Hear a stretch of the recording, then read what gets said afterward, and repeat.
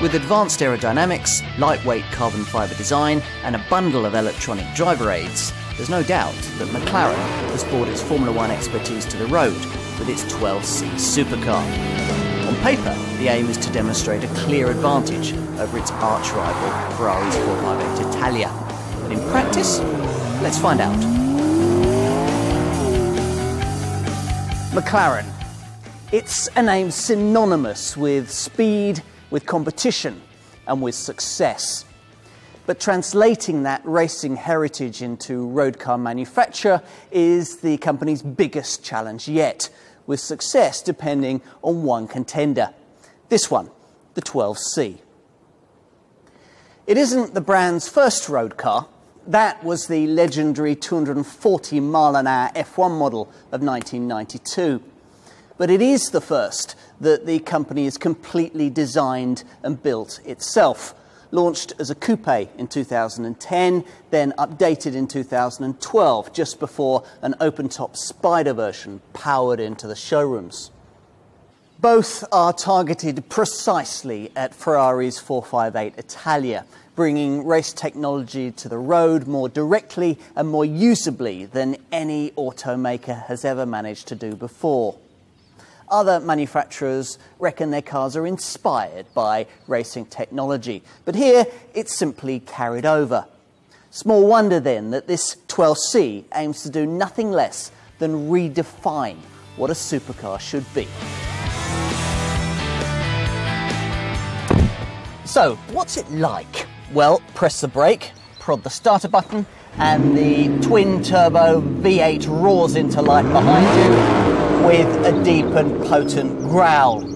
Created by Mclaren and built by Sussex-based specialists Ricardo Engineering, like almost everything about this car, it's bespoke to its design. It may not feature the aural fireworks you'd expect from something from Maranello, but it brings its own unique signature to proceedings, and one that you'll especially appreciate if you've ordered your car with the optional sports exhaust or you've got the Spider version and a motoring roof down.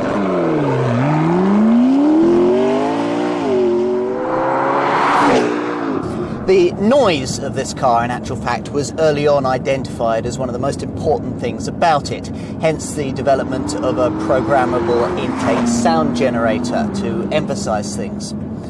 Which means that even though I'm coming to the 12C experience in this coupe model, there's still a sense of drama in exercising the 616 brake horses that, thanks to 600 Newton meters of torque, can propel this ground-based missile from rest to 62 miles an hour in just 3.1 seconds. The same as the old McLaren F1, 0.3 quicker than a Ferrari 458, and up to a second quicker than most of the obvious competition. The top speed is 207 miles an hour, or 204 miles an hour if you go for the open-top Spider version. And the faster you go, of course, the bigger this Big Mac's advantage over its competitors. It's a second and a half quicker, 224 miles an hour, than its Italian rival. And I'm reliably informed, even a second quicker, though in the dash from rest to 186 miles an hour, than the old F1 model. Now, speed of this sort isn't altogether surprising when you consider that this 12C has more power than its main rivals, 46 brake horsepower more than a 458, at the same time as being considerably over 50 kilograms lighter. And that's important, as Lotus founder Colin Chapman used to say, a more powerful car is faster down the straights, a lighter car is faster everywhere. So it is with this 12C. It really is faster everywhere, ridiculously, apoplectically, ferociously fast, in a way that thrusts back your organs against your ribcage every time you flex your right foot. Or your fingers. These steering wheel mounted gear shift paddles are styled to resemble those used in McLaren's Formula One racing cars and control an Italian-made Graziano 7-speed twin-clutch auto transmission that you flip up and down in a flurry of fingers. The swiftness of its operation determined by your mode selection from this, the Active Dynamics panel on the middle center console. Now, it's pretty important to get your head around this, as the options that it offers are fundamental to the 12C experience. There are two rotary controllers, the left one badged H for handling and the right badged P for powertrain. Each has three settings: N for normal, S for sport, and T for track. Now, the powertrain controller, depending on your selection between those three settings, will change the engine acoustics, the throttle response, and the gearbox shift times. And there's the option of selecting full manual gearbox operation by pressing the manual button in the center of the controller. The handling controller, meanwhile, deals with stability control, suspension firmness, roll stiffness, and the adaptive damping system. There's also an aero button here in the middle, which deploys the air brake, a part of the rear wing that adds drag and rear downforce under braking. Now, between the two main rotary controllers are three shortcut buttons. Winter optimizes all the handling and powertrain settings for slippery conditions. Then there's launch, which hurls you away from rest from a standing start, and active, which memorizes all your favorite handling and powertrain settings so that you can activate them all in one hit. Now, there's an awful lot to take in here, but I haven't yet come across a simpler or more effective way of bringing together what is an awful lot of technology in such an efficient, easy to use and driver focused way. It's all very Mclaren, as is the brake steer system, also borrowed from F1 racing technology, that applies pressure to the inside rear wheel as you turn in, sharpening that turn in and enabling you to brake later into corners and apply the power earlier when you're on your way out of them. Perhaps the most surprising thing about this car, though, and the one thing that makes it so much more day-to-day usable than its competitors, is the ride quality. Set the handling controller to normal, and it's supple and absorbent in a way that I never believed that a supercar could be. Now, this is thanks to what Mclaren calls proactive chassis control, a system of hydraulically linked adaptive dampers you can control from the cockpit. These pressurize each corner of the car to resist roll and pitch, so there's no need for the kind of conventional anti-roll bars that give you stiffness, whether you want it or not. McLaren's record in Formula One suggests it knows a thing or two about aerodynamics and lightweight design. As you'd expect, its knowledge used to full effect on this 12C. Weight has been meticulously purged from this car at every stage of its design and development, with the aim of maximising performance and handling. Just like a race car, this machine is built around a one-piece, custom-moulded carbon fibre chassis that McLaren calls the monocell. Weighing just 75 kilograms, it's 25% stiffer than an equivalent all-metal structure, and 25% lighter than the kind of comparable aluminium chassis you'd find in a rival Ferrari 458. And as 12C celebrity owner Rowan Atkinson found out, it's also stronger and safer in a crash, acting as a safety survival cell, just as it does in a Formula One car. But let's start with what you can see. A car that's as short, narrow and low as ex-Ferrari stylist Frank Stevenson felt able to get away with. Pinching every inch to reduce the width has particular advantages when it comes to threading this car through tight city streets. And this, along with the large, deep windscreen, plays its part in making this car a great deal more everyday usable than you might expect it to be. Does the overall shape have the same visual exclusivity as its main Italian competitor? Perhaps not, but it's still a very beautiful thing indeed, and especially attractive in open-top spider form. I love the detailing, the neatly integrated daytime running lights that, when lit, replicate McLaren's Nike-style tick badge, and the unique profile that sees dominant side air inlets divided by dramatic turning vanes that help direct cooling air over the side radiators.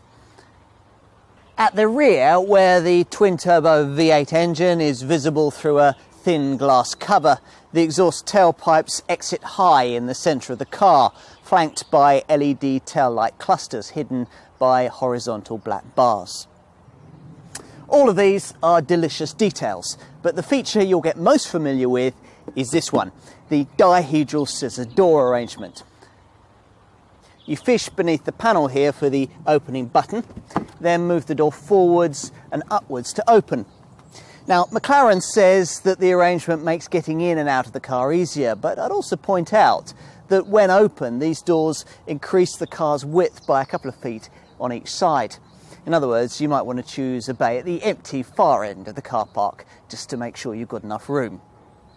Getting inside means hurdling a wide sill of the kind you'd also find in a Mercedes SLS. But at least, unlike the Gullwing Merc, it's easy to then close the door again from a seated position.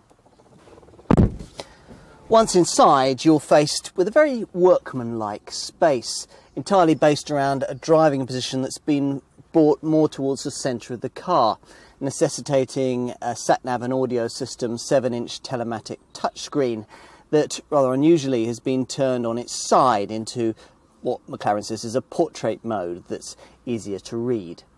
Ahead of you sits a squared off oval steering wheel with a thin rim apparently modelled precisely on that used in the company's Formula One cars, though thankfully it hasn't been infested with all the knobs and buttons you'd find on one of those. Minimalism is also the order of the day on the dash, dominated by a single centre red-needled rev counter dial. Here is a place to do business, a place of control, aided by a decently sized pedal box so you don't have to wear racing boots to properly flick between the pedals, and all-round standards of visibility that are anything but supercar-like. Even rear vision isn't too bad.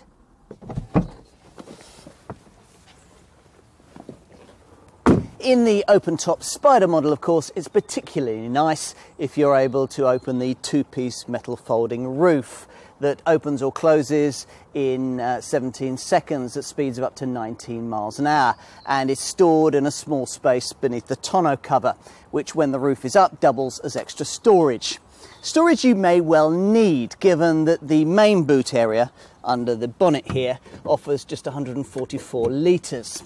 Mind you, that's the most that you'll find in this segment, and it's enough for 2 small suitcases.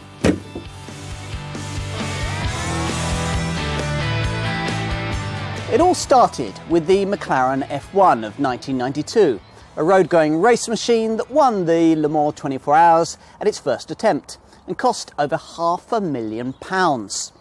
Its spiritual successors are modern hypercars like the Bugatti Veyron, the Pagani Zonda and the Ferrari Enzo at prices that can edge towards 7 figures. Or more pertinently, the £800,000 800 bhp McLaren P1 that dukes it out with the Ferrari LaFerrari and the Porsche 918 Spider for the hearts and wallets of those with more money than they know what to do with. Prior to 2010 and the launch of what was originally called the MP4 12C, this is the kind of model that we assumed Mclaren would always produce.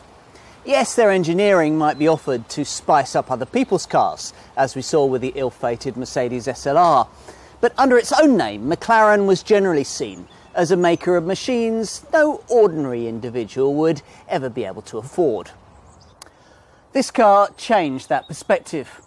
Alright, so you'll still need a £180,000 budget to buy a 12C in coupe form, with a premium of around £20,000 if you want the open-top Spider version that 70 or 80% of customers choose. So it's hardly inexpensive. Even so, you'd have to say that this car is tightly priced to its target market, the list figure actually undercutting that of a rival Ferrari 458 Italia by an insignificant couple of thousand. Coupe buyers will also be paying similar money for an equivalently spec'd Lamborghini Gallardo. Nor are the 12C asking figures that far ahead of less exclusive supercar choices like Mercedes SLS AMG and Bentley's Continental GT Speed. If, Having considered all of this, you're tempted to buy British and sign up for this Surrey-based supercar.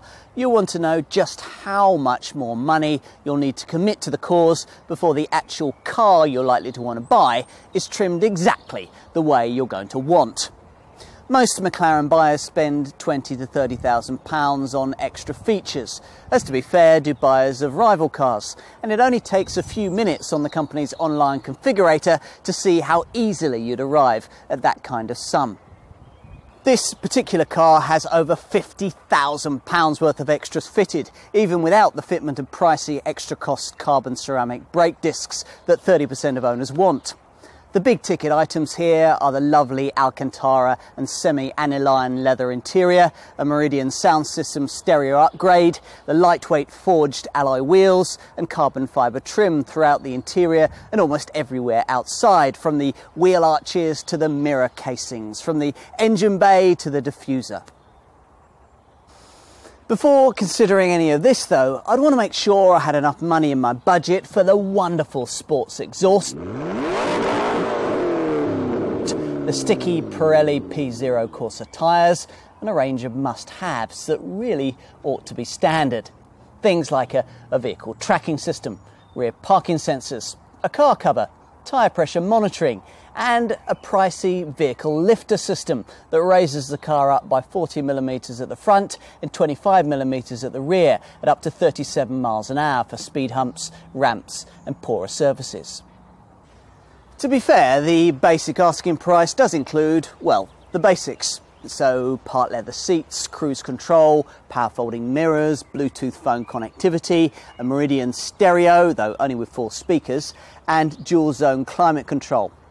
Safety kit runs to all the usual electronic assistance for braking and traction, plus an ESC stability control system that the really brave or foolhardy can completely turn off.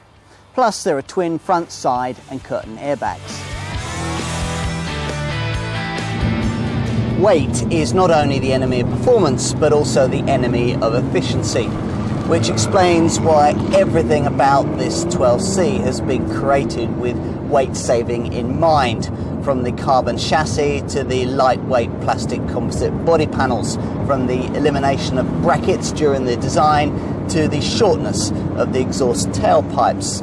Now, it's all led to a car that in coupe form has a curb weight of just 1,434 kilograms, and it weighs only 40 kilograms more in open-top Spider form. That's way less than the competition. And it also explains why, at the time of its launch, this Mclaren produced each of its horsepowers more efficiently than any other petrol, diesel or even hybrid car on sale.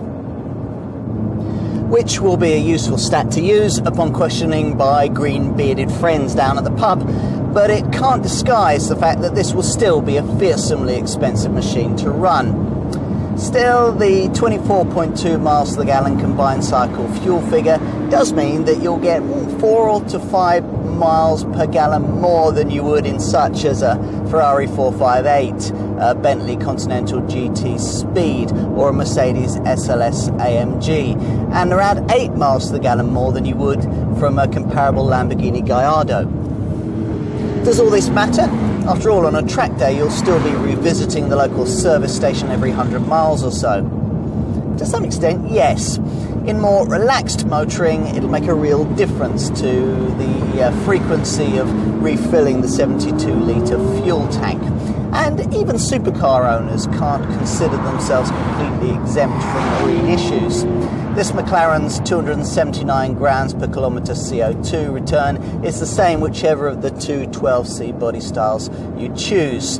That's slightly down on what you get from a fixed top Ferrari 458, but a Ferrari 458 Spider is way off, and in a rival Mercedes, Bentley or Lamborghini you'd be chugging 10 to 20% more CO2 into the atmosphere.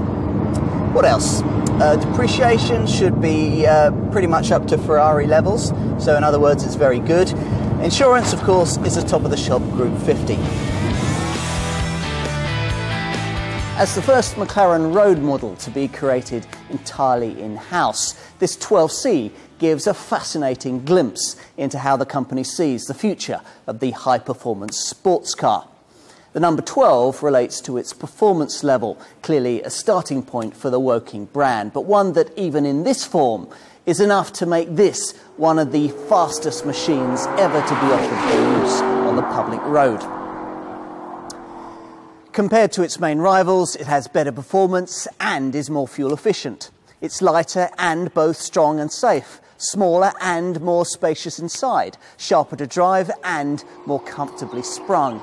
It's an astonishing combination of attributes, a testament to what can happen when a group of very clever engineers sit down and design a supercar from scratch.